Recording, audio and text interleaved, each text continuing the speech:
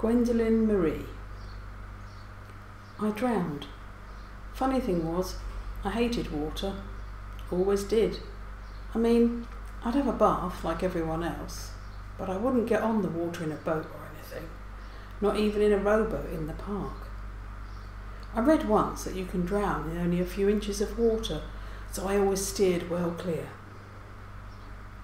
I'd gone to the beach on this particular day, went with the family and some neighbours' children. It was a smashing day, very hot. We took lashings of food and lemonade, and I remember telling the children not to swim on a full stomach. I'd heard somewhere that that wasn't a good idea. I lay down to read my magazine, and the others had gone off up the beach to watch Punch and Judy. Alex, our neighbour's boy, he was 12, said he'd stay with me. He was building a sandcastle with a gully to the sea.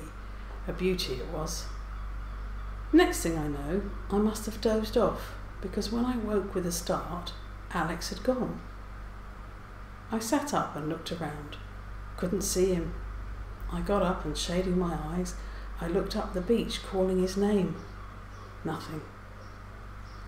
Then I began to get this funny feeling in my stomach. Panic, really. I waded out into the sea to my knees. Then I saw an arm go up in the air. Then it disappeared.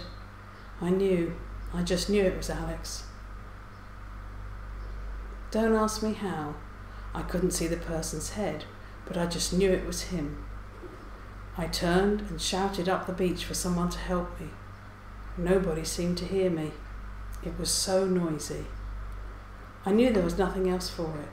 I'd have to go in myself. I couldn't swim very well at all, but you don't think of that at the time. All I knew was that boy was drowning. I just threw myself into the water. I went under, and then, to my surprise, I came up again. The swimming lessons my mother forced me into when I was 8 came to the fore. I thrashed about in Alex's general direction, praying the whole time. Help me get to him, I kept saying. Well, I did get to him, and he held on to me for dear life. He drowned several times. I was so frightened, but I couldn't show Alex that. I told him to kick his legs for all he was worth, and he did, you know. Then I felt someone grab me, someone very strong. It was a man who'd heard me on the beach. He saw us in trouble and had swum out. I was so pleased. I didn't know how I'd have the strength to get Alex to shore. I was calm too, scared but calm. Funny really, when I was actually in a situation I was most afraid of. I shouted to the man to take Alex. I'd be fine, when really I was anything but. Alex got onto his back, and that's the last I remember really, them heading for the shore. I tried to swim, but I had no energy left. I was so tired. I just sank. Couldn't kick anymore. I just went under. I don't remember taking in the water.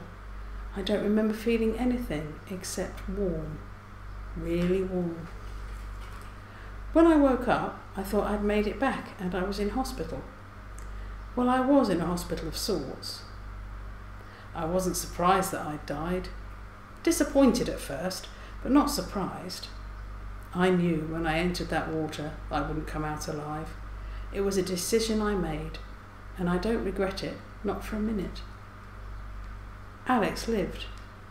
I got to see what happened afterwards, like watching a rerun.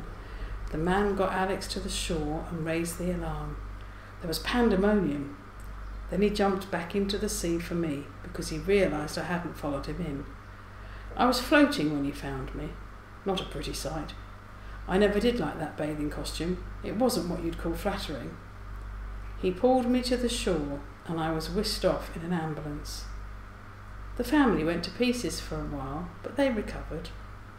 Alex went on to have a good life. He became a lifeguard and lived in Australia for the rest of his life. He saved many lives over the years. I don't know if he would have taken that career if he hadn't nearly drowned. He named his boat after me, you know. I thought that was a lovely gesture. I didn't have a very long life. or even a very interesting one, but my life and my leaving saved many others.